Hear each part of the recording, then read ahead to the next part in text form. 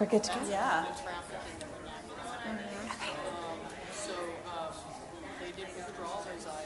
So I'm getting this.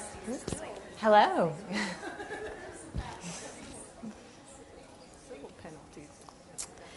Hi, everyone. I'm Megan Barnard. I'm the Ransom Center's Associate Director for Acquisitions and Administration, and I'll be moderating the concluding panel of the FLAIR Symposium. Over the course of the past few days, we've had many conversations, both within this auditorium and outside it, focused on difficult challenges that cultural heritage institutions confront. I think we're all here to learn and grow together, and having these types of conversations is an important step in the journey we're making in both our individual professional lives and our institutions to continually improve our practices. It isn't always easy or comfortable to have these conversations, and in our busy lives, it can be difficult to set aside time for them. So I want to begin today by thanking all of you for coming together and participating in this symposium, and for contributing in thoughtful and courageous ways to these discussions. This thanks extends not only to those of you seated in this auditorium, but also to the many people who've been watching the live webcast of the symposium activities. And I understand that we've had about 500 webcast viewers over the course of the past couple of days. So thank you all. I'd like to thank the speakers from all the previous panels for sharing their insights and their unique personal experiences with us, and for the engaging dialogue that followed each of the presentations. And I want to thank my colleagues at the Ransom Center and at the University of Texas at Austin for all the planning and hard work that has occurred over the past many months to make this symposium possible. Really, every staff member of the Ransom Center has helped contribute to these efforts in some way, but I especially want to thank and acknowledge the contributions of Danielle Sigler, Anna Boxall, Lisa Pulsifer, and Steve Ennis. Please join me in thanking them now.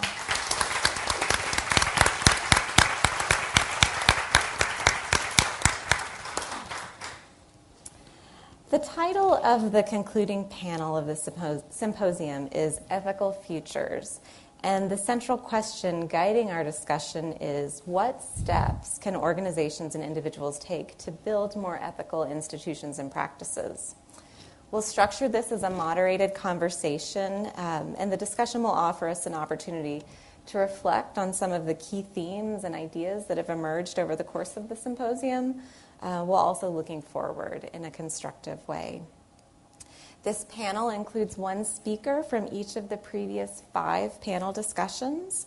After briefly introducing our speakers, I'll ask each panelist to highlight 1 or 2 key themes or ideas that they found especially significant in the panel they participated in earlier in the symposium. The goal of this exercise isn't to summarize the previous panels, which we were all present for, but rather to help us reflect on those earlier conversations and to keep them in mind as we set the stage for a forward-looking discussion. I'll then have some questions for the panelists. We'll have conversation up here on stage, and then we'll open it up to audience questions. So let's get started. In the interest of preserving as much time as possible for the discussion, I'll introduce each of our panelists very briefly, as they've all been introduced more fully earlier in the symposium. I'd also like to take this moment to extend a special thanks to our panelists today for being willing to participate not in 1 but in 2 panels at the symposium, which really is no small task. So thank you all very much for being willing to be up here today. I'll introduce our panelists in the order of the panels that took place in the symposium. So Shawn Quimby is director of the Rare Book and Manuscript Library at Columbia University. Shawn participated in the symposium's opening panel about ethical stewardship, exploring the questions, where does a collection belong and who decides? Theresa Sotto is Associate Director of Academic Programs at the Hammer Museum. Theresa participated in the panel focused on reframing and rethinking existing collections in the current moment. And that discussion was guided by the question, what happens when ethical issues in the present call for researchers and institutions to re-examine existing collections. Shannon Keller O'Loughlin is Executive Director of the Association on American Indian Affairs. Shannon spoke on the Ethical Collection Management panel, which explored the question, how should ethics inform decisions about deaccessioning, repatriation, change in mission, and collection development? Jane Klinger is Chief Conservator of the National Institute for Holocaust Documentation at the U.S. Holocaust Memorial Museum. Jane participated in the panel focused on the ethics of culturally sensitive materials, which was guided by the question, how should institutions and communities responsibly collect, curate, conserve, interpret, and provide access to records of oppression, hate, and violence? And Curtis Small is Coordinator of Public Services for Special Collections at the University of Delaware. Curtis spoke on the powerful panel this morning about ethical collecting, description, and access, which explored the question, how should institutions and communities confront and rectify exclusionary practices? We'll begin by asking Shawn to briefly highlight one or two key ideas that came up in the panel on ethical collection stewardship.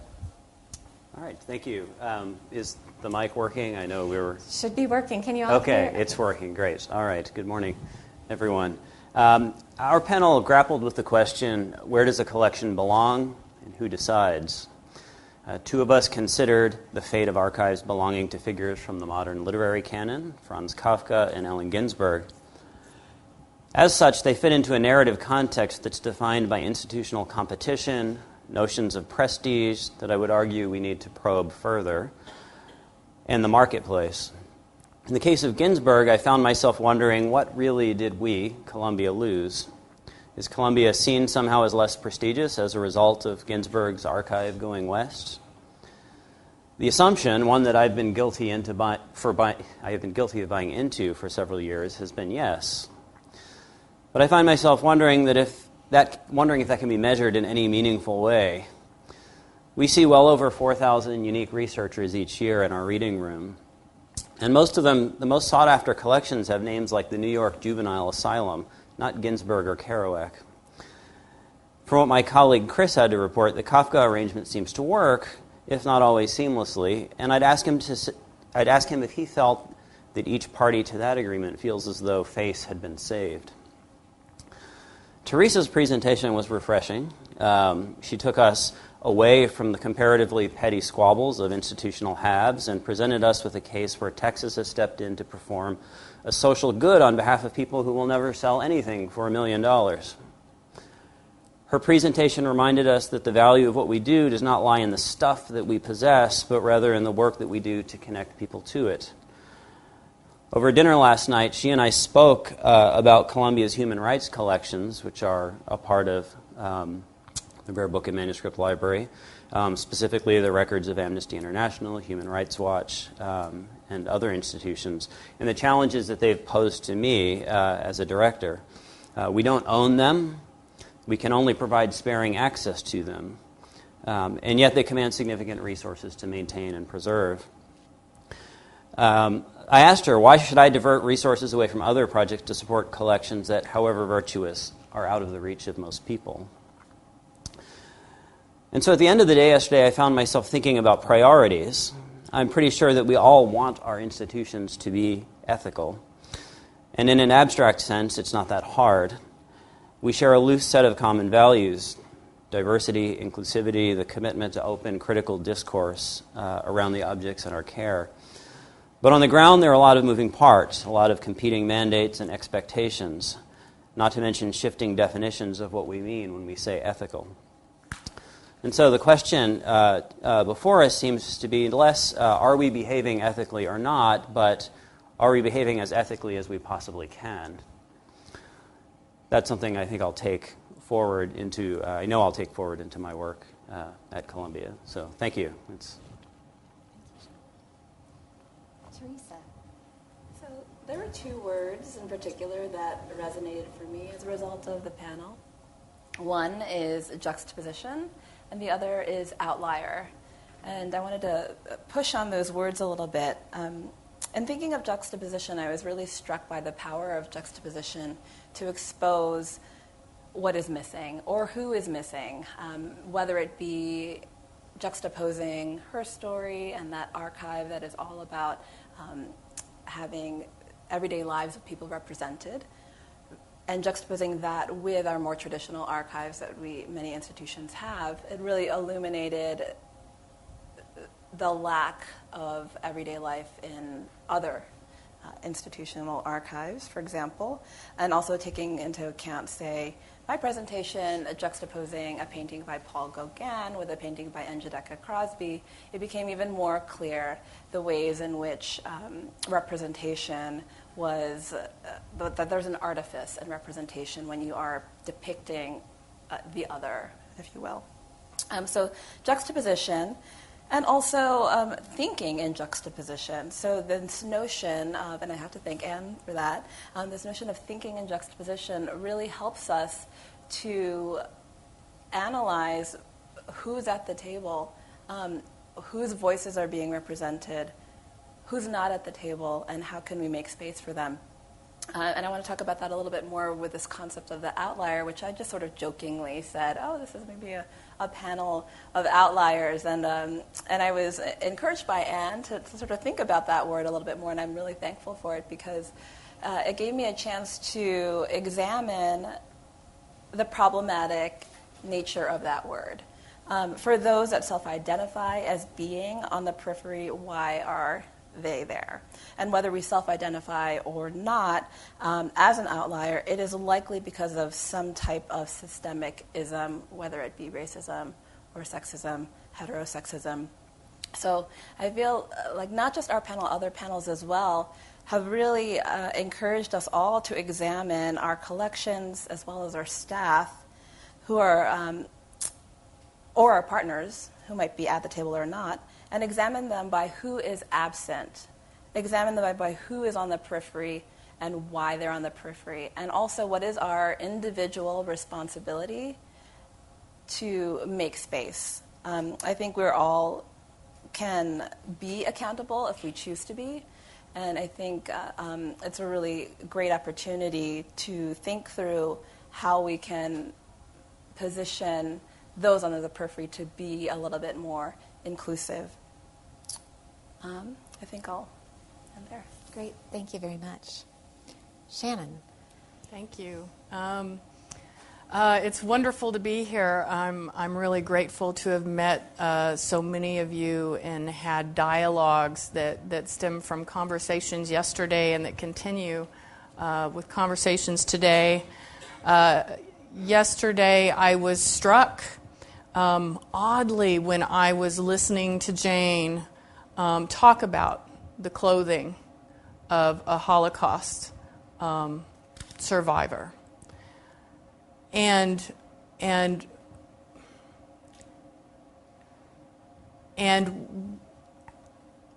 how that was okay. Because the same kind of clothing that was used in war, a representation of genocide, of indigenous peoples, from my perspective, to have clothing like that on display and wanting clothing like that on display is offensive from my perspective. And I asked myself why. Why was this so uncomfortable for me to see this about the Jewish Holocaust and genocide? And I quickly saw that what happened with the Holocaust Museum was an act of free, prior, and informed consent. It was an act of memorializing, commemorating, remembering, and healing from those acts. So let me give you some kind of contrary examples to that that indigenous communities face with their collections. So the Metropolitan Museum of Art is a very well-known institution. In October, they publicized a Native American Arts of Native America exhibit. That exhibit contained funerary objects, ceremonial items, named and labeled as such. And the museum went through a process of hiring tribal advisors, tribal people, to give advice on the display of these items and the properness. But no direct descendants and no affiliated tribes of the particular items were ever consulted or brought into the conversation. Not to mention that these items are likely not considered art, but are ceremonial, funerary objects of cultural patrimony. And then we have the Field Museum of Nature and Science that is doing a wonderful job at rethinking about its collections and the purpose of its collections. But on the other side of it, on the repatriation work, the work that law obligates the field to undertake, I believe there's one dedicated employee undertaking piles and piles of repatriation requests. So the failure of indigenous peoples to be able to give their free, prior, and informed consent to the use of these collections, to the display of these collections, is a continuing act of genocide and violence that re-traumatizes us every time we have to go to these institutions and seek repatriation. And with some museums, like the Field Museum, is often met with difficulty and insults. And I say that not to just, be conclusory, but from stories I've been told from Native tribes who have gone to try to seek their ancestors and their ancestors' burial belongings from that institution. So we can't continue to work in the museum field and with private and public collections with this lack of ethics when it comes to indigenous peoples.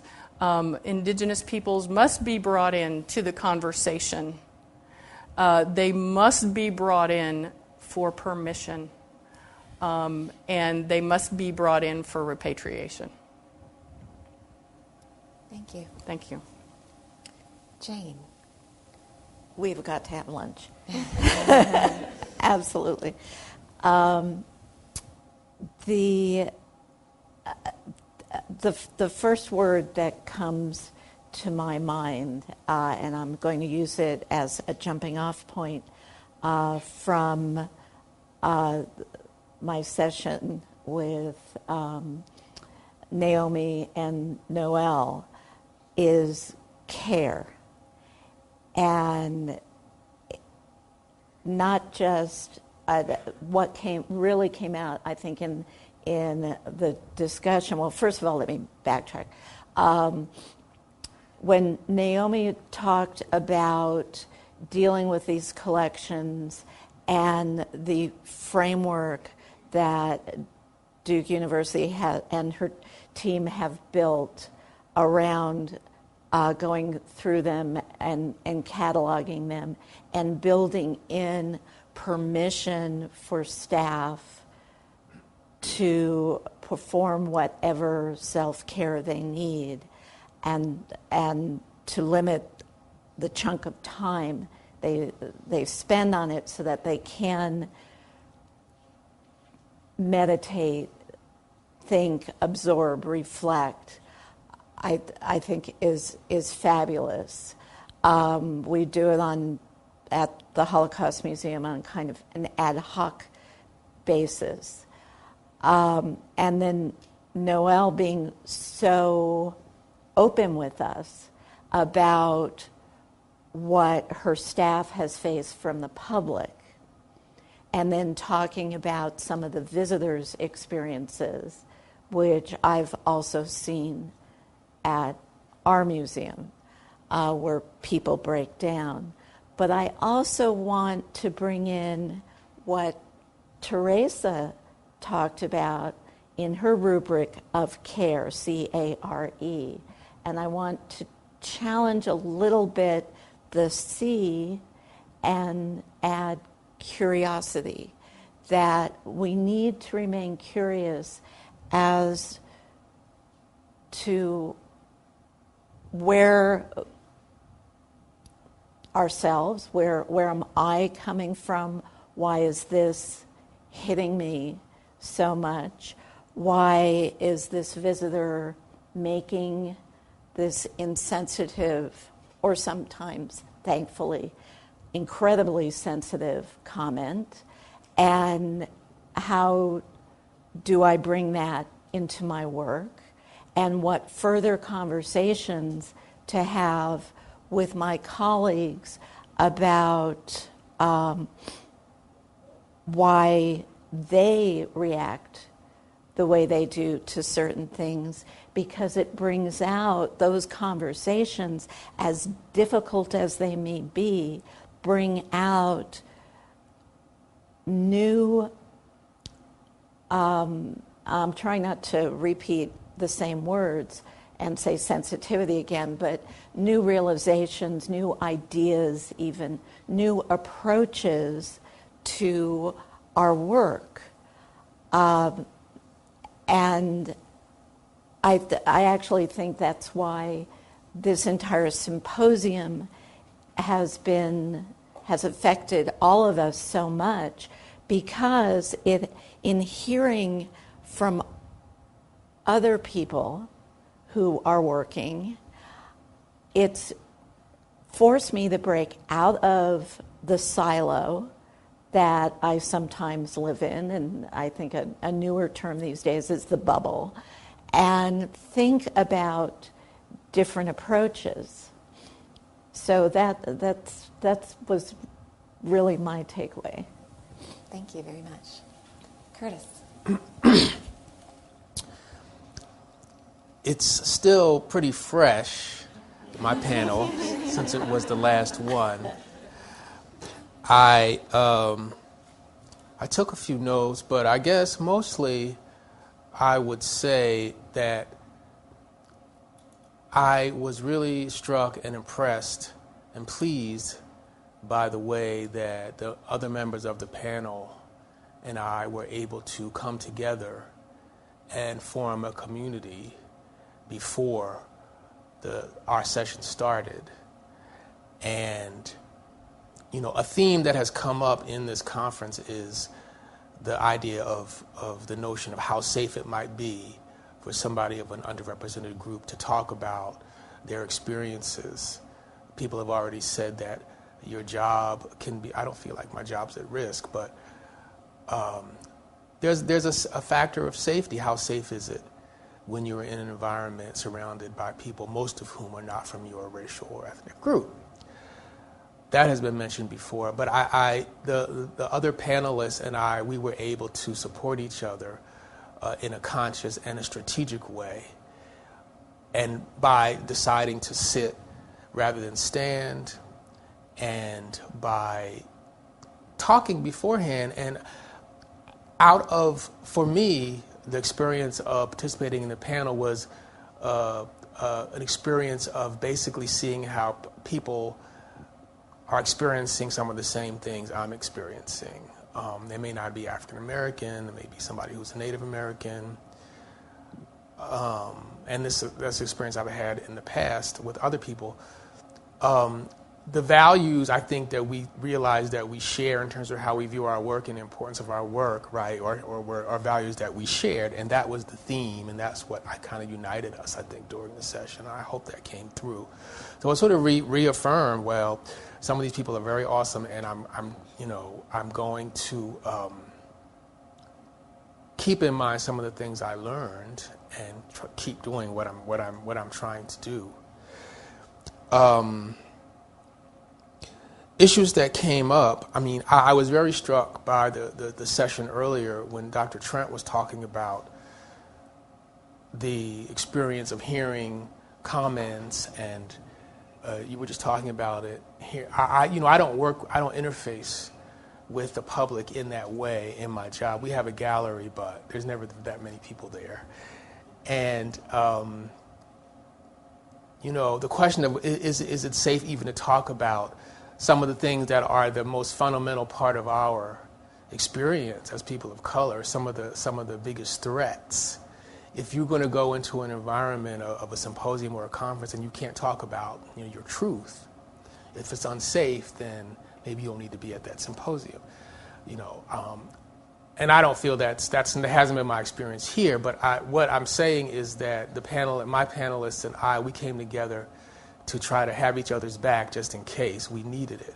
We knew we were talking about things that reflect what Eddie Glaude, the scholar Eddie Glaude, refers to as the inside-outside dimension. And he was sort of talking about the color conventions movement and the way in which the conventions, there was more than one level at which communication and thinking was going on. There was a strategizing among members of the group, for the group, African Americans, and there was the dimension that was addressed to people outside the group, and both were going on at the same time, right? And this accounts for some of the silences in the convention record, because certain things we don't want to discuss. We want to influence public opinion. We know it's important to do so. We feel it's important to be here today to influence public opinion about the state of the archival profession. However, there needs to be productive and protective silences as well.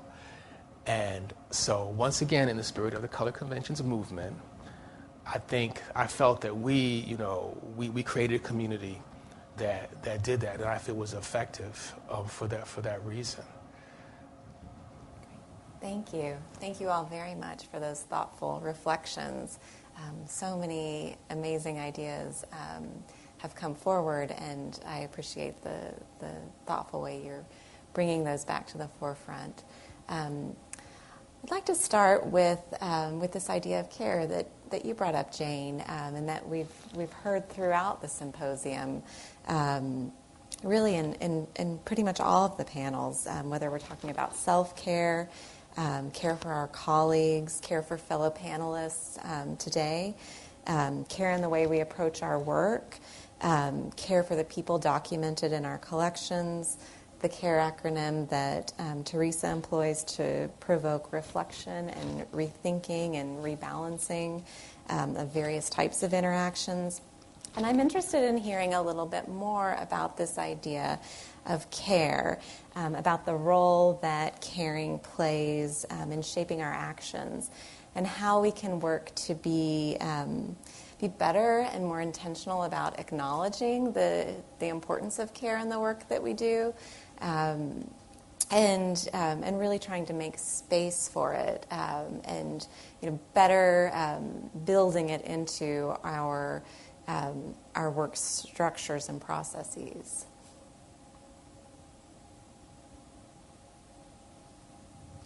Well, I guess I'll go first, and I will actually pick up on your CARE acronym, Theresa, just to talk about, you can have both kinds of care going on at the same time. I don't recall this having been brought up during this session, but the notion of using culturally insensitive materials, racist, misogynist materials in a classroom setting, and the dangers of that for an instructor, a library instructor, for students. This is something I've encountered. And it's not so much people making comments, but it's the fact that a faculty person at your institution may have decided to request that you almost fill a room with materials that are offensive, that are racially stereotypical. For some reason, to this person, this seems representative of the other. The default approach is to go to the materials that are most stereotyped, rather than the many other things in the collection that, if this is the week where you're going to talk about racial issues, there were many other things you could use, right? I think that there needs to be awareness of the damage that can do to a group of students who go into a classroom and are presented with these kinds of materials with no context, no explanation that this material did a certain kind of racial work that needs to be studied, but it also needs to be sort of contained and critiqued.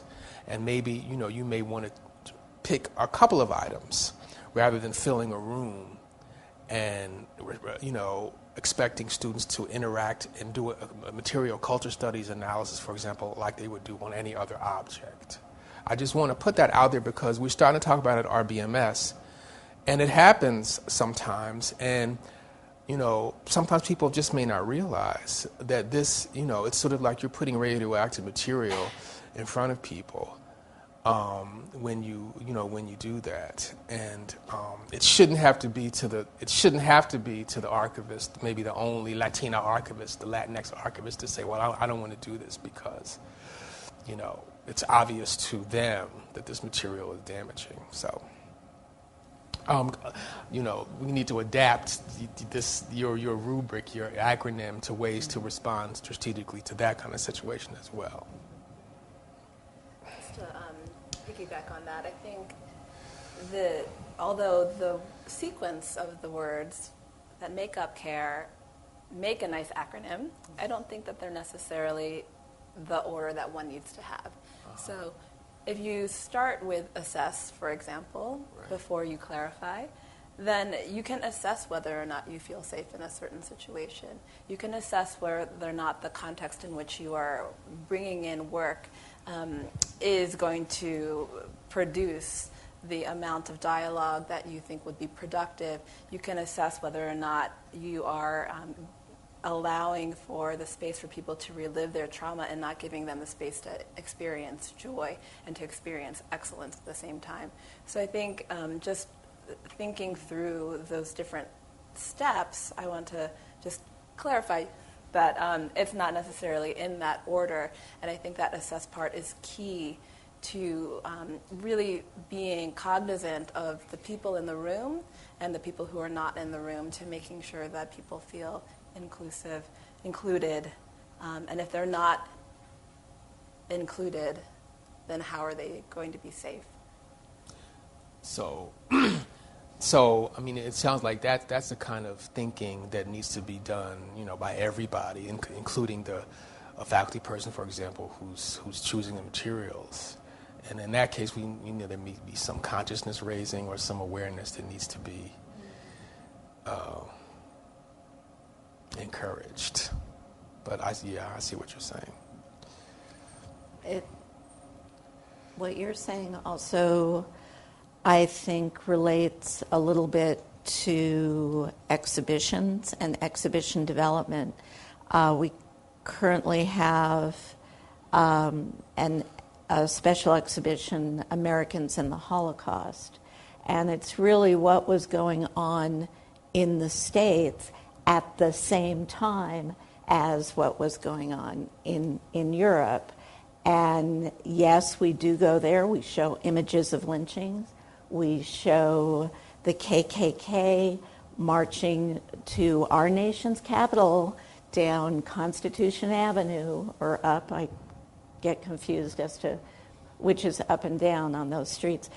And at Madison Square Gardens.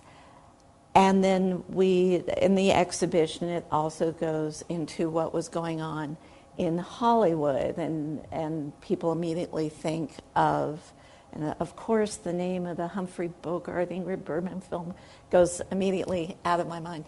Casablanca. Thank you, Casablanca, and other films.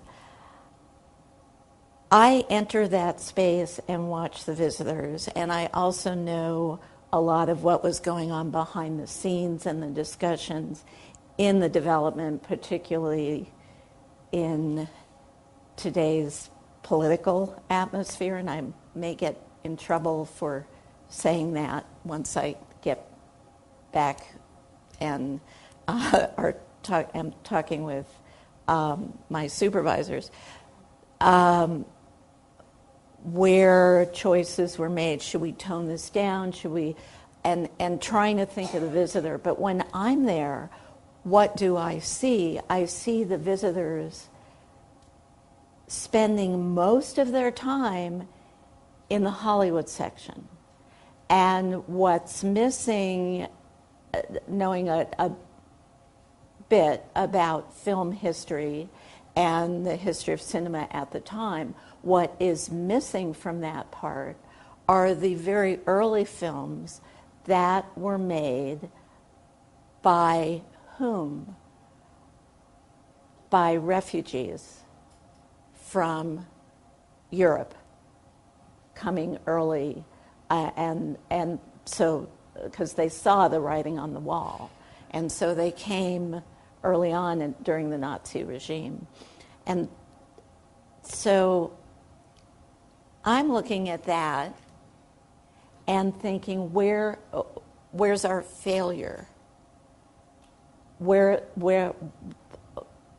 is it that, how can we, in an exhibition where we don't have, it's not a guided exhibition where a docent is standing there and leading people through, what can we do to engage people to really think about the front end of the exhibit and spend the time I think it deserves to understand what was going on in the States and not just what was happening on the silver screen. I have a little bit a different perspective on care because institutions often don't engage tribal nations about their collections. And the reasoning that I've heard about that seems to come from a place of fear or excuse making, that there's a concern of doing it wrong, a concern of being inconsiderate or inappropriate and not understanding how best to reach out to tribal nations. And I want to tell you that I have a judgment about that. I think it's ridiculous. It's my opinion. But to the extent there really is a fear and a concern about how to appropriately reach out and care for indigenous communities that need to be part of what's happening with a collection, there's tons of resources available to understand tribal cultures and histories and who to contact. Deborah and myself could provide information on particular tribes and who the best contacts are. But most tribal nations, and there's 573 federally recognized tribes in the United States, there's about 300 other non-federally recognized tribes that are sovereign but not recognized by the United States. In the United States, and they all have their own protocols. They have their own understandings about what is sacred and important to them, and are open to talking and educating institutions about what they have. And those relationships that happen between institutions and tribal nations, when they are developed, have been positive and productive and to the benefit of the public. So I would encourage that the fear of caring wrongly is misplaced, and encourage those institutions and people with collections to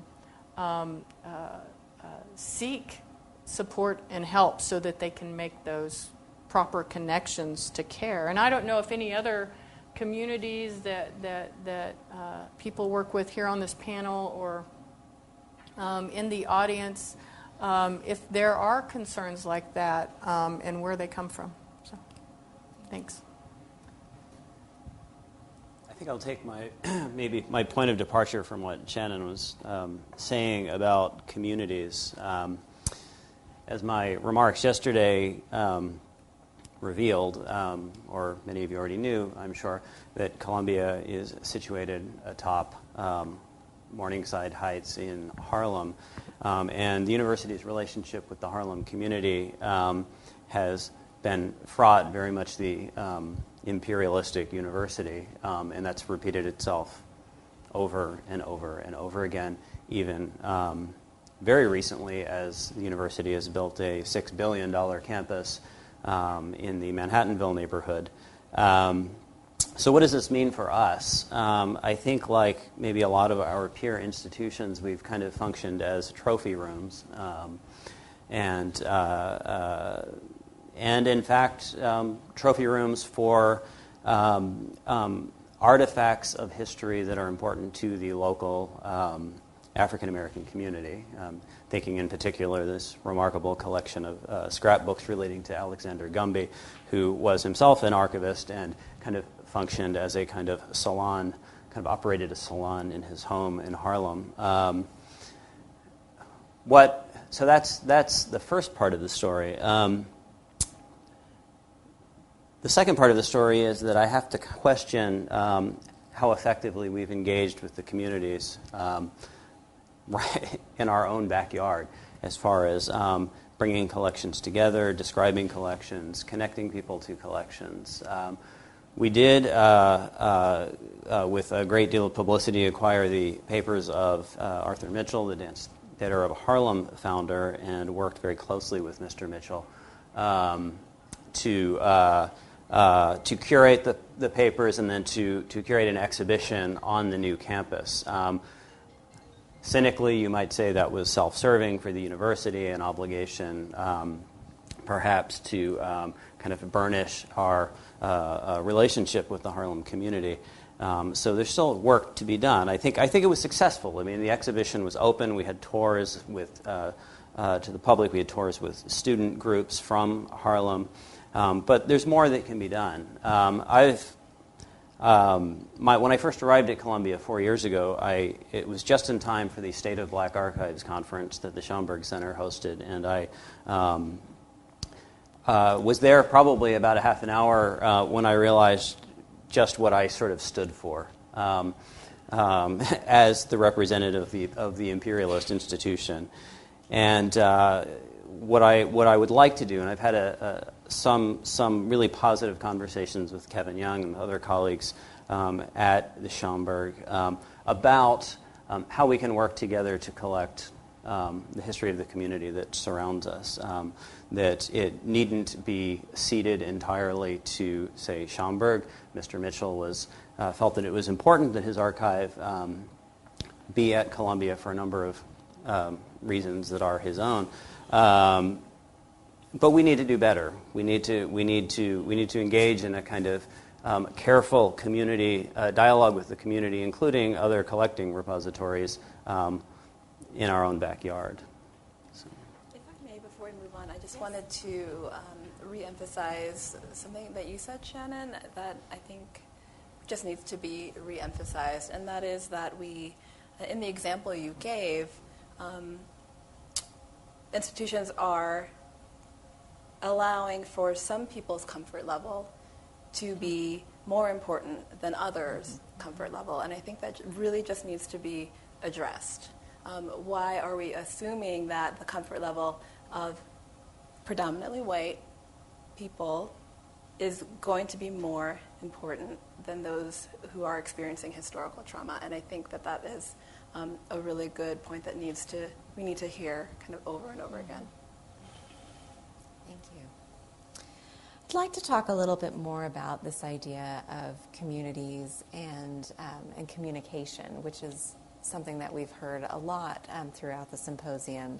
And there's been acknowledgement throughout the discussions at the the better work that can be done to engage a variety of communities and foster richer communication amongst colleagues within the field, beyond it, with the communities we serve. And I'm interested in hearing some more thoughts from you about specific strategies that we can take to really build on this sense of community, to build on and improve our communication practices, not just within our institutions that we work in, but also in our individual professional lives. I can start just with an example at the Hammer Museum. We have a group called the Diversity and Inclusion Group, and it's cross-departmental. It's volunteer only. It's cross-hierarchical as well. And I think it's been really eye-opening for everyone to come together and hear different perspectives from our own institution and the people that are on the front lines working with the public every day, and the people that don't work with the public at all. And I think having that dialogue is crucial to really understanding our blind spots. I think this group has now been in formation for a couple of years and is pushing forward initiatives that I think are really helpful for administrators, deputies to hear. In some cases, there are things that they're already doing. In some cases, there's already some discussion about it, but it's a good acknowledgement that we need to keep going in this direction. So I think I just would advocate for this type of convening within our own institutions. We've all been so impressed by the interdisciplinary, cross-departmental, transdisciplinary dialogue that's been happening here in the symposium, but how often do we do that in our own institutions? And how often are we listening to those that have a stake in the work that we're doing? I would actually echo that. I in thinking about the questions you had pre-circulated, that was in fact one of my answers. What can I take away from this?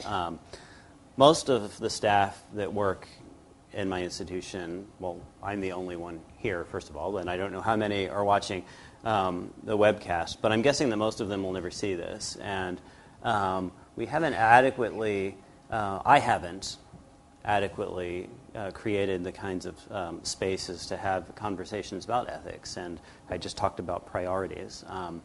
That's a tangible takeaway for me, to have an open discussion that's very much sort of shaded by ethics, by, say, our commitment to diversity and inclusion, that says we are going to engage in this activity. We can't afford to do everything we want to do, but here's what we're going to do, and here's why. And just to give everyone an opportunity to sort of speak to that issue, to weigh in, and then be very explicit about how we arrived at the decisions that we made.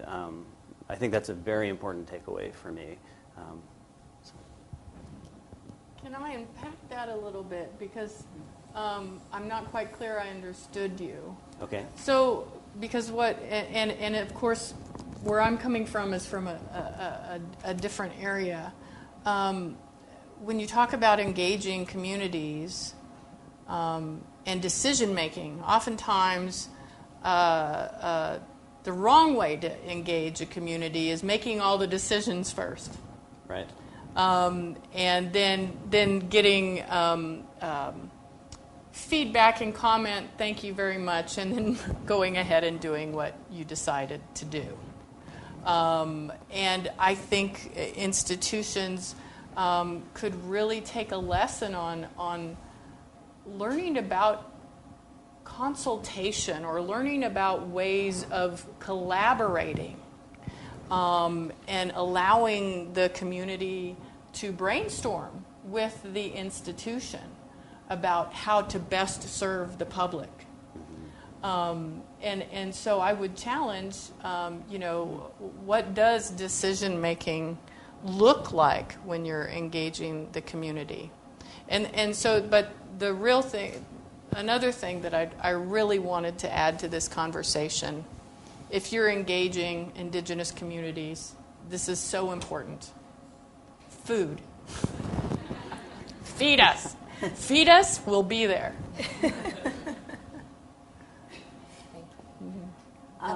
I just want to jump in because in the discussion after the panel I was on, I think I touched upon this, in that the Holocaust Memorial Museum is not, I repeat, is not a Jewish museum. The Holocaust did not just touch the Jewish population. We just happened to be the first victims and the majority of victims before the end of World War II.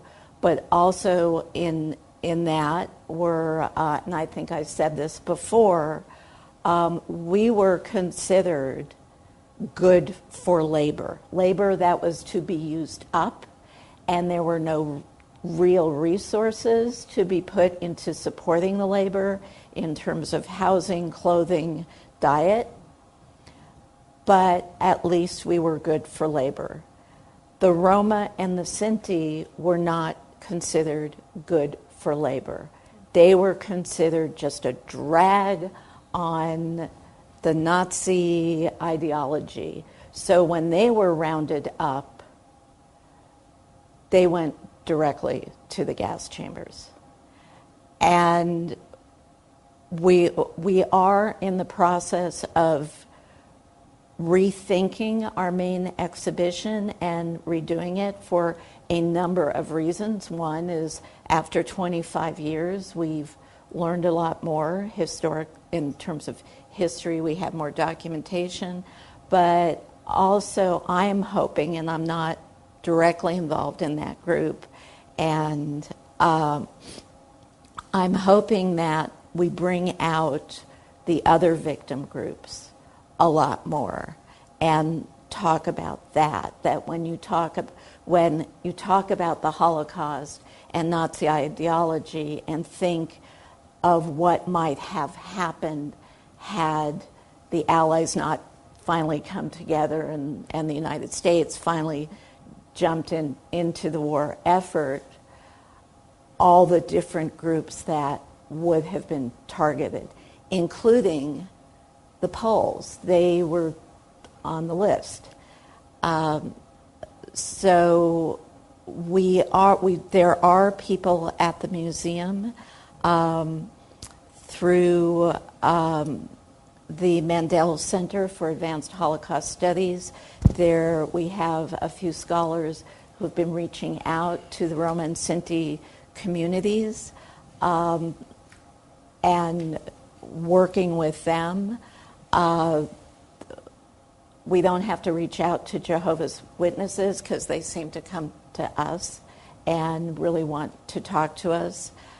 And we have the Simon Scott Center for the Prevention of Genocide. So we're not just looking at what happened in the past, we are looking at what's happening now, and much of their work cannot be public knowledge because they're talking to people who are refugees and do not want their faces to be shown or their names to be presented. One of them, the first person that comes to mind, I actually had the honor of meeting, and he goes by the name of Caesar. And the museum has taken him to testify several times in front of Congress.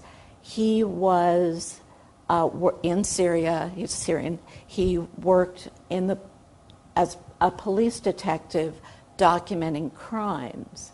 And at a certain point, things started to flip, and he realized he was being called in to photograph crimes against humanity that were being committed by his own government. So he kept copies on thumb drives on his cell phone. The thumb drives actually were in the soles of his shoes. He carved out compartments when he escaped. He will not talk about the route he had to take to leave Syria. And he actually approached us knowing that we had this very active Center for the Prevention of Genocide. And so we were the first venue in the United States to display some of his photographs quite publicly during Photo Week in DC, where photos are projected onto buildings. So you couldn't help but see some of those images. And so some of the communities that we work with, some of the people we work with, there's, I hate to use the word secrecy, but I think that's the best word. We have to be very careful and sensitive, even working with the Roma and the Sinti, because some of their internal practices, I'll say, they don't share with the non-Sinti and non-Roma people. And so I'm struggling with words, as you can tell, but it gets back to care and being curious and assessing and asking the right questions so that we serve the communities we want to serve, and yet we also support them in their own needs. Thank you. I guess I would repeat things that were said in the previous panel in terms of communication and which is an issue of climate, right? In order you can open a can of worms when you invite people to start talking about issues dealing with power, privilege, race. There's trauma, there's misunderstanding, and I think that might come more closely to what you talked about, what you asked about, whether some of us had experience with people sort of being afraid to approach because of in the example of a classroom where there's all this racialized material, but nobody wants to talk about the elephant in the room, that would be in the analogy. People are afraid to talk about race because they don't know what's going to happen. It takes skill.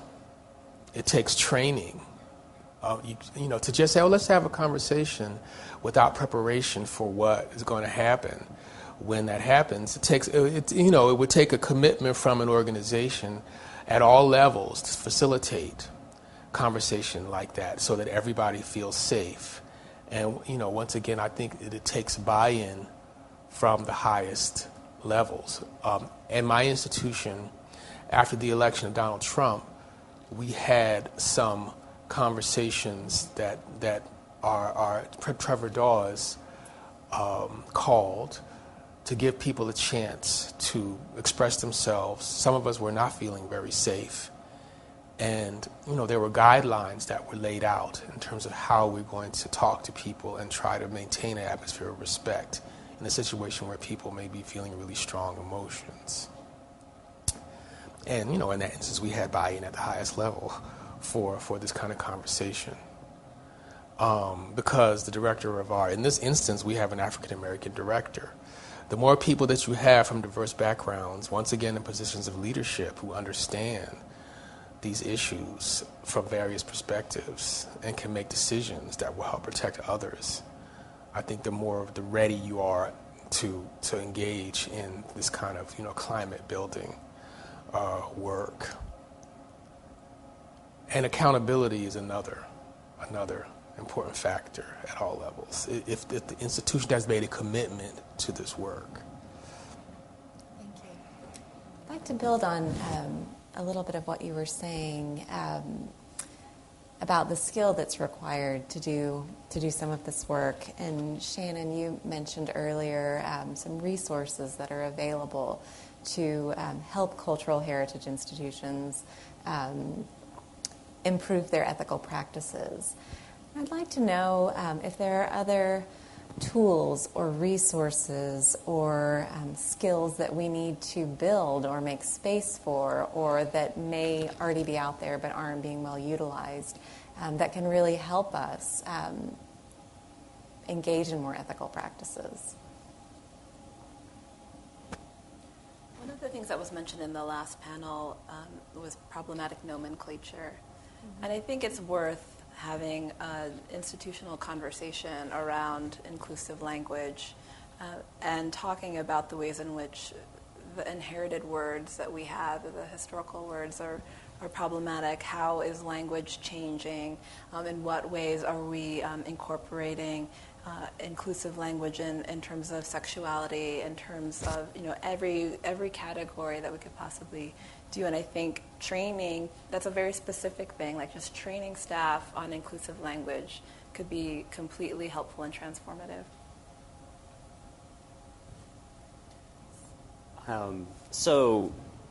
Yesterday I referenced both the RBMS and the SAA codes of ethics, suggesting that they come up short in some places, although I think they're very useful tools as starting points.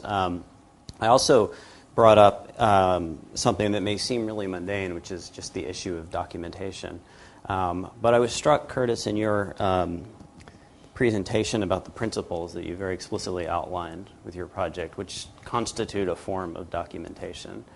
And I stand by this notion that ethics are, and I think most of us would agree, ethics are not fixed in time. We are here at a very particular moment talking about ethics. Many of us share similar sets of ethics.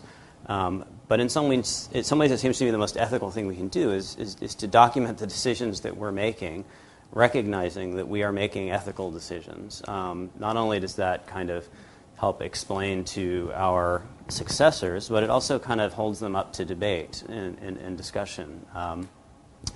And so that takes time. I mean, as I sort of thought through this, I thought, oh my God, I can't even enter all my emails in the course of a day. How can I better document the sort of values-informed decisions that we're making as an institution? But nevertheless, I think it's really important for us to do and to think about. In some ways, I think that's more useful than any suggestion to rewrite a code of ethics, or although, as I say, certainly those are useful tools. What I would say about the principles that the Colored Conventions adopted, I'm glad you brought that up. They were inspired in part, at least, by the Jimenez principles that come out of environmental organizing that were shared with us. And then there was a process by which committees, the Colored Conventions Project is made up of various committees. A social media committee that puts out social media on Twitter and Facebook very regularly. And there's a digital curation committee, and our materials enter into the institutional repository. The minutes and other procedures enter the institutional repository at the University of Delaware. There's a historic church outreach committee, and all of those committees went through a process of writing their work plans for the year this year and documenting how they felt that what they were going to undertake fell under the principles and what principles it fell under. It's sort of like strategic planning that we do at my library now as well. How was your department's activities and plans falling under the strategic plan? But in this case, it was the activities of the committees of the Colored Conventions and how they supported the principles. So that was documented. This information is shared, on an intra-project member basis, and that's not shared publicly. The principles themselves, though, are public. No, it's excellent. Other tools or resources or ways we need to better prepare ourselves? Well, let me start by saying, Curtis, I was glad you ended up by saying the work of the committees is shared, because I think that's key. Excuse me. One thing, idea that popped into my mind, which may be a little outside the box, is I've had the occasion several times actually to meet with, work with, and have as fellows within my conservation lab conservators from Australia. And the way they're trained and the way they write their examination reports and proposals are a little bit different than how we do it in the States. In the States, we tend to be a lot more technical and analytical, and they have the challenge of, with each step, defining a goal. This is the goal of the examination. This is the use, and they also put, I am looking at this because it's in terrible shape and it needs work, end of story. Or I am looking at this because it is going up on exhibition. And then they have a conversation with the custodial unit, whether it's a curatorial or a curator or an archivist, and come up with a goal for the assessment and then a goal for the treatment. So it adds, for me, it adds a very interesting layer that I think we in conservation need to consider. We sort of do it intuitively or in our brains, but it gets to what you were saying about writing things down. And I actually think it may push us to think more in out loud in terms of ethics.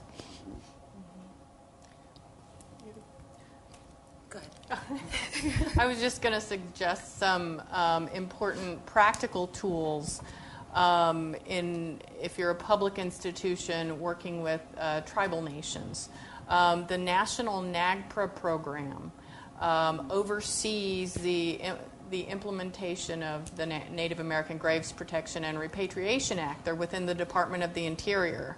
On their website, they have templates. They have tools and explanations of the law and the law's legal processes of repatriation and consultation that are extremely helpful. That office can also provide technical assistance to institutions who are not quite sure what to do if they haven't been in compliance. They also can help support civil complaints against institutions that anyone who finds that there's been a lack of compliance with NAGPRA from a public institution can actually write a complaint and submit it to the Department of the Interior for investigation. So there are some very practical tools under current law. I think there are other resources where there's lack of clarity about the status of an item, or an item is held by private hands. There are other resources. One is finding someone who really understands federal Indian law, which is a very specialized practice that folks who haven't had that kind of specialized training really cannot fully grasp the uniqueness of that body of law. That can be very helpful when trying to understand how best to handle private collections. I wanted to mention a resource that I think is really important because I think I think we should start with ourselves. I think we should start with our own biases, our own privileges, and being very truthful about what those are. Has anyone taken any Harvard implicit association tests? A few in the room have. It's very insightful, and it tells us where our blind spots are. It tells us where our biases are. And I think we all could stand to have that awareness building in our own selves before we can move forward with conversations with other people. I've led some bias and privilege trainings for my colleagues at the Hammer and colleagues at other institutions in LA. And one thing that I think is happy to share some of the questionnaires that I use in that training, but one thing that I do is going into the galleries and have everybody fill out a privilege questionnaire. Those are things like, is the language of the labels written in the language that you speak at home? Were you able to get up to the galleries using the stairs? Is the lighting of the space something that you can see based on your ability to see, or would you need some accommodations to be able to engage with the work? Everything from, do you see your sexuality? Well, that I think is hard. Do you see your gender represented? Do you see it represented well? Do you see your race represented? Do you see it represented respectfully?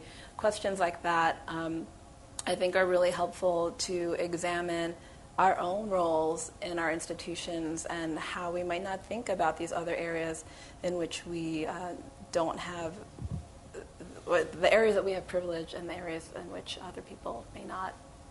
I think that's a really specific thing that we could all do. Thank you. I want to be sure that we have time for audience questions.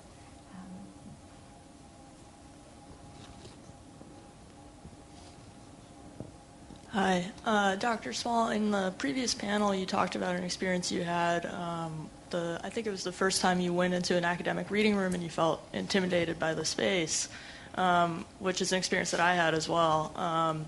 And I was wondering how we can balance sort of the institutional concerns about protecting our materials, which, especially in an archive, are one of a kind and often very valuable, with making sure that researchers feel comfortable being there and don't feel like they're in a panopticon, basically.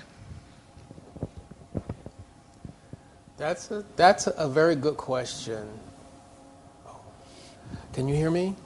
That's a great question, and I'm still grappling with that. However, and not everybody comes down on the same page, I think, in terms of how to walk the line. But like I said, first of all, when I'm talking to people in the reading room, first, if our reading room were redesigned, if we ever get money to do a renovation, I think that would go a long way in helping make the space physically more welcoming. Don't have these big glass doors that are really imposing and have an open space that people know they can enter. But I always try to explain why it is that we take the measures we take and I sort of make a joke out of it, and it is actually the least favorite part of my job is monitoring people as they use the materials. Out of one side of your mouth, you're saying, this, my school is a land-grant institution and our materials are open to everybody.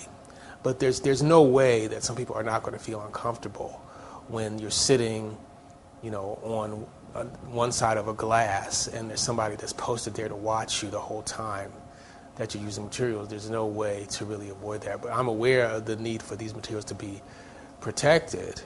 But I try to mitigate it by having a welcoming attitude toward people, acknowledging people, and explaining why it is that we have these materials.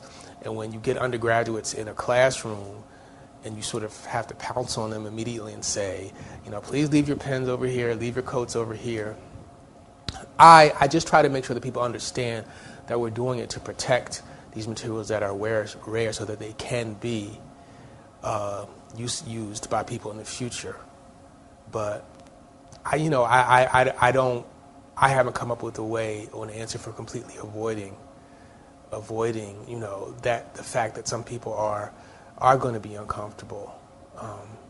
We've seen it in some of our, I think we did one of our surveys, and one of the graduate students mentioned, there's somebody sitting there looking at me the whole time, and there's no way you're not going to feel somewhat uncomfortable because you are being watched.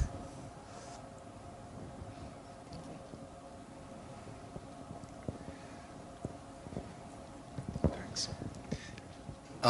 First, I want to thank all of you and thank once again the planners of this remarkable symposium for having the foresight to put a panel such as yours together at the end of a day and a half of remarkable conversations for a good wrap-up. But I have a question for you, which is virtually all of the insights and recommendations I've heard from the various panels have implications either for collecting institutions' budgets or policies. Those are areas that are reserved in a well-governed institution for governing boards of trustees, boards of directors. What strategies can the panelists suggest for transferring the knowledge, for example, that we have been gaining over the last day and a half from the level of staff to the level of the board? The board has to make decisions about what money there is, how the money will be allocated, and what the institution's policies will be. What can you suggest as effective means of conveying this kind of information to the boards?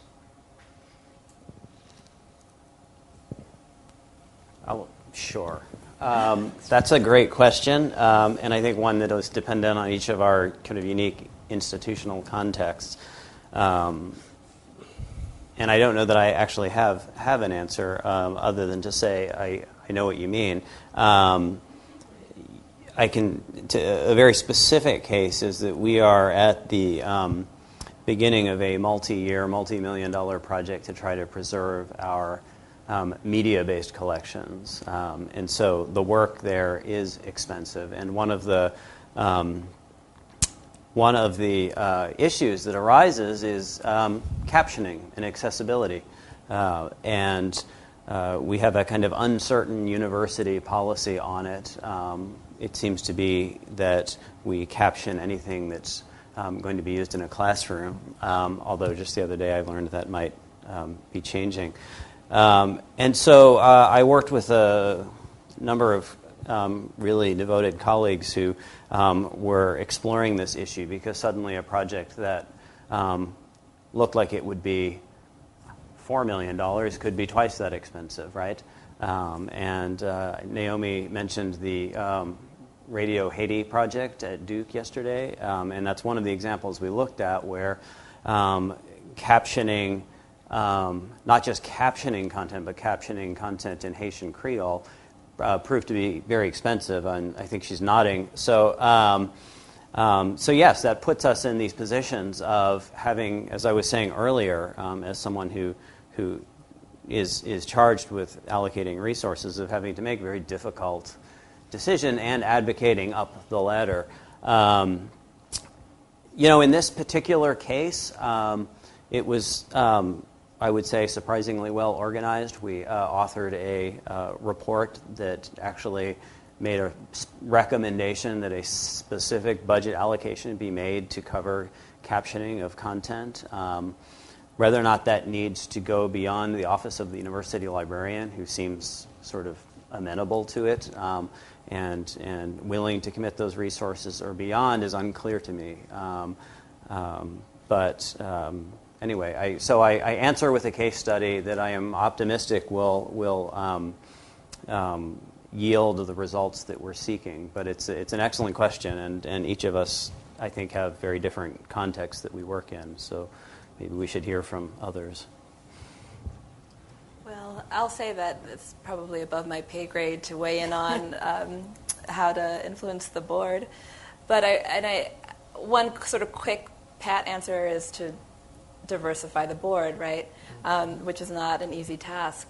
So the way that I think about it is I'm invested in the long game. I know that nothing is going to happen overnight, and I work with students of all ages, elementary, college, graduate students, and it's part of my, what drives me is developing leadership skills in people who might not otherwise feel that they can be leaders.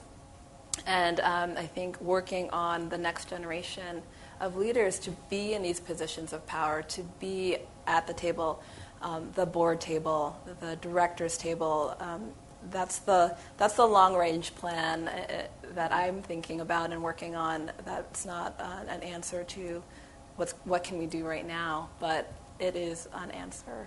Mm-hmm. Yeah. Well,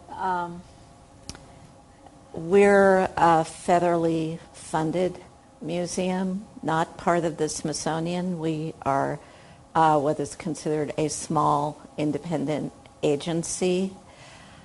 Operating monies do come from Congress. So in a sense, we have over 500 board members right there. And then our board, which we call our governing council, they are actually appointees.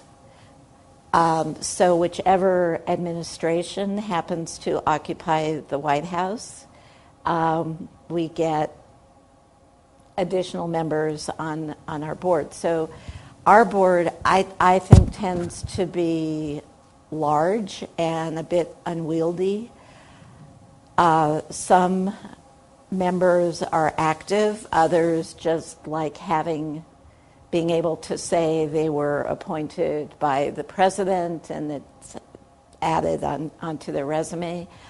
And some board members are extremely knowledgeable and bring in a kind of expertise we need, such as on collections and acquisitions, because of their background as in art history or actually working as curators, or because their significant other is a curator at a different institution. And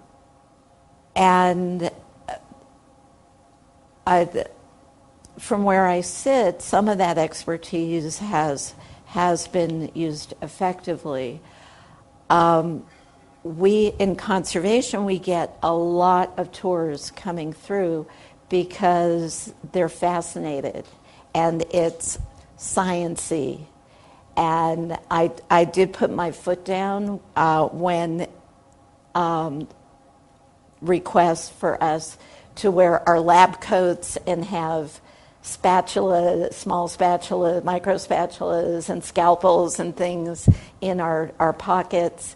And I said, no, we don't dress up. We want to show people what we actually do. And so we get every year new members of Congress come through, new members of the board, old members of the board, and they're very fascinated. But it's also frustrating to me because that's the only chance we have to interact with people who are making larger decisions at a much higher level. And so they think, they walk through, think it's really cool, but it's hard to discuss needs and vision. And I have no idea really what the solution to that is, because there are so many other departments in the organization, in the institution, that probably would say the exact same thing. I'm always fascinated with budget and policy. I think it's a really important question, especially when you look at the collections of tribal nations in museums, because there are many, many institutions that have this vast collections of Native American human remains and other sensitive items, and tons of paper and documentation, and most of it hasn't been cared for. It hasn't been stored properly or treated properly. It's taken up a lot of space, and it's been costing a lot of money to an institution for 100 years or however long that collection has been there. And what has it given anybody?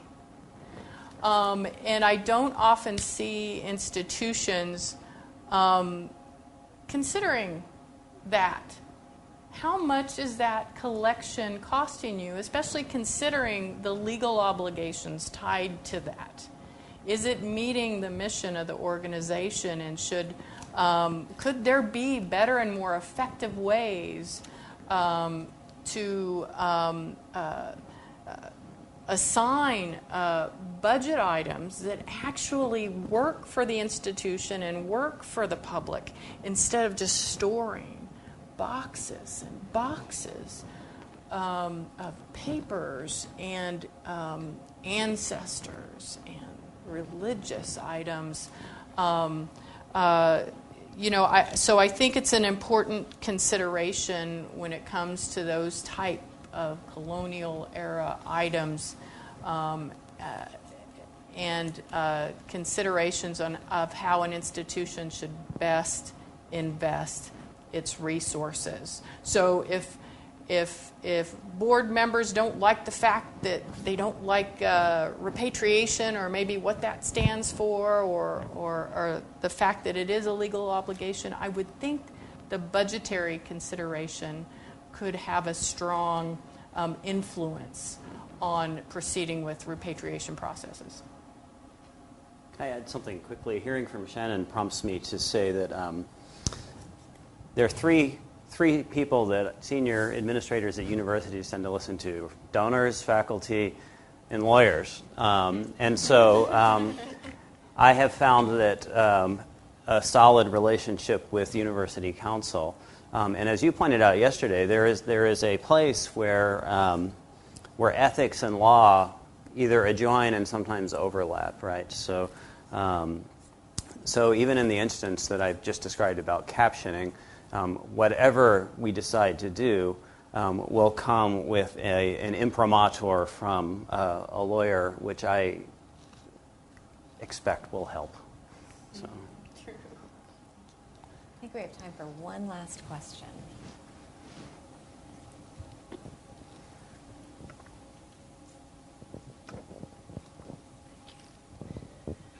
Hi. I think that all of us know when we do, or many of us know when we do classroom teaching, we're observing materials that were created in the context of their time, which now seem inexplicable to us. And we're always also aware that 50, 100 years from now, things that we've done will seem inexplicable to an audience in the future. Maybe the way we treat animals, etc. So I think a lot of us are conscious of wanting to be on the right side of history. And one thing that I think needs to be talked about to be on the right side of history is also class difference, privilege from a financial viewpoint. I know that for many of us, special collections were forbidding places because we felt we just didn't belong there. When I was first working in libraries, I thought special collection, I called it tassel loafer land. This was Boston. And someone with an Italian surname, first generation, second family to the extended family to go to college, that I just didn't belong there. So a lot of my effort has been to make sure that the inclusiveness also means representing people from all walks of life, honoring their stories, and creating an environment that's welcoming. So for who we hire is important. I think that if we, privilege breeds privilege, as we know. So if someone's been able to do a series of internships that are unpaid, it generally means that they came from a background that allowed that. So I always look to someone, if you had a job at Walmart and you were putting yourself through school, I am going to look favorably at adding that person to my staff. I think we need to pay attention to how expensive some of our professional organizations are. If we want to be more inclusive, we want to make sure that a place like the Grolier Club, where people can make important contacts that will benefit their careers, is on a sliding scale and not, and maybe they do that, I don't know, but I don't get that impression, or RBMS for that matter. We just need to make sure that we are including in our inclusiveness people who would love to be a part of our world and just feel that that could never be a reality. And I'll conclude with saying that recently I was setting up an exhibition, and one of our cleaning ladies looked at the books and said, "These are so beautiful. I love what you have here." And I said, "Well, you can come anytime and sit in this room and look at materials. We'll be happy to pull them for you, spend as much time as you want. You're very, very welcome." And she said, "I could never do that. Never." She shut down. And then and there, I made it my decision that what I was going to work towards is making sure that she would always feel comfortable coming into that room, looking at the materials, and maybe thinking about talking to one of us about a scholarship to go to library school. So it's a comment, but I also wonder about your thoughts about that. Thank you. I totally agree. There has been some discussion and progress. Remember that scholarship meeting, Arwen, we had a couple of years ago?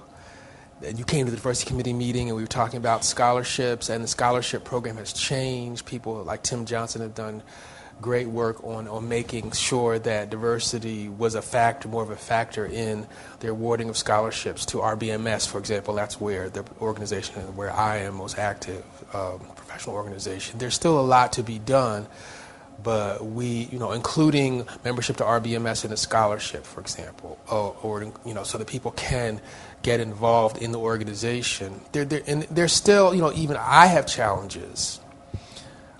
Going to RBMS as a committee chair and to a ALA and to Midwinter, these things, need to be rethought so that people who often are working in multiple jobs or part-time jobs in their early careers, or these unpaid internships, like you say, and you're not going to make a huge amount of money anyway. So if you have to, be wealthy in order to, or have this financial support in order to get the kind of internships and things that people need, it's an obstacle that's sort of unspoken. So I totally agree with what you're saying. I would say amen to that. I think that class is under-discussed in our society, and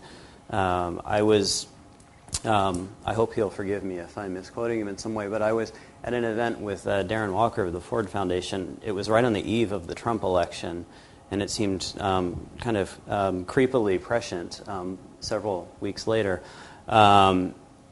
where he talked about diversity and inclusivity in higher ed, and cited Columbia, or really any, say, Ivy, as an example, where it likes to trot out diverse students, but in fact, a lot of our diverse students can afford to pay tuition. And so maybe we're not really doing the work of diversity that we need to be doing. That certainly kind of has stuck in my mind since that time. I don't know that I have a really good answer for you as far as how we at Columbia might be addressing it. We're at the 6th floor of a building with a security guard at the front. So basically, we're not very accessible, not nearly as accessible as we should be. We do have a College of General Studies that includes a lot of students. There's a group of veterans who have come through recently, but we should be doing much, much more of that. I think what you said really resonates and is important. Thank you for bringing up class. I think it's really important to discuss, and I think there are a few things that could be done, but also are not easy. One is, can you make your museum free? the Hammer Museum is free, and I think it really does do a different. The space has transformed because of it.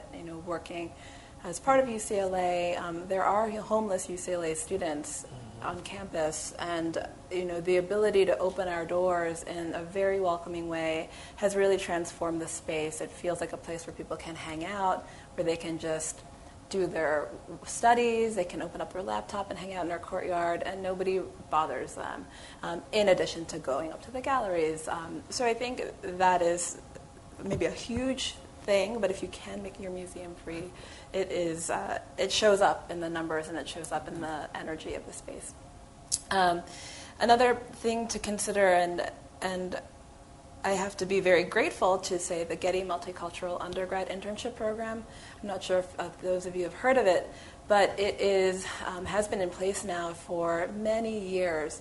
And when I go to conferences on the national level and in the local level, I see the most diverse spaces when I see LA people coming through that program.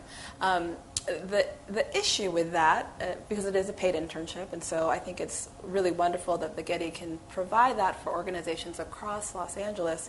But the challenge is that sometimes when we're looking at these resumes, when institutions are reviewing them, they'll see other Getty internships. They'll see other really prestigious institutions where their students are coming from, and they make their choices based on that set of criteria, rather than thinking about, let me look more closely at the fact that this person worked at the mall for a couple of years and they had to make a living. So I think training staff to look more closely at resumes where they can find, say, parallel skills or skills that could be helpful to our profession that may not be expert skills, or that might not show a pedigree that we find similar to our own. I think that's a really important point to bring up.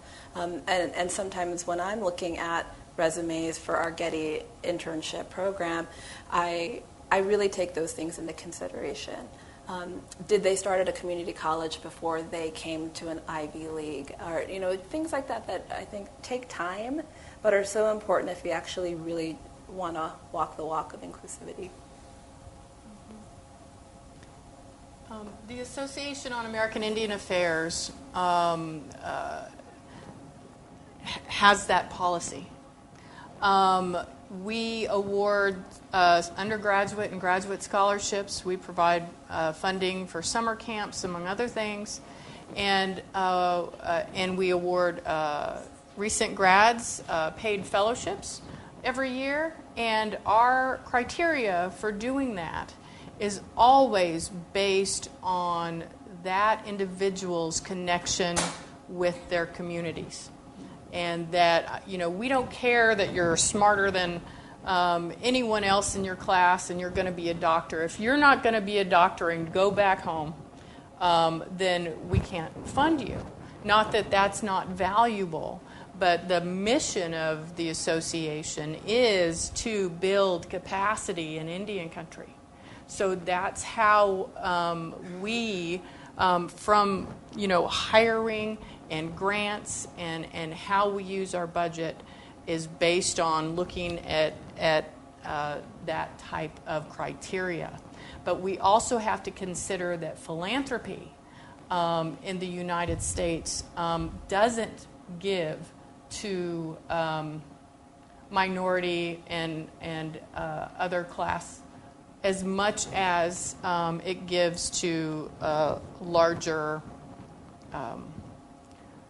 non-minority. And Native American organizations are greatly affected more than any other types of organizations. There's been some research recently that's come out of an organization called the Native Americans in Philanthropy that have studied big organizations and big foundations and have found that their philanthropy towards Native American organizations has really tanked.